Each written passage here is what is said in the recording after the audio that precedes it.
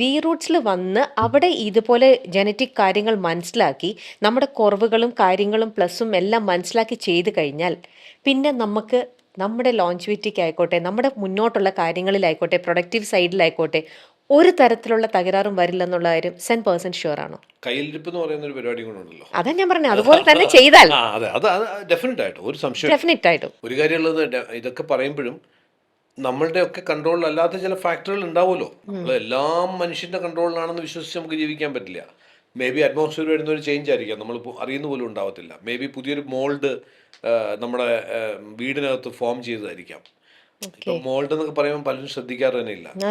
അപ്പം അതൊക്കെ ഉണ്ടാവാം, അങ്ങനെ പല ഫാക്ടർ ഉണ്ടാവും.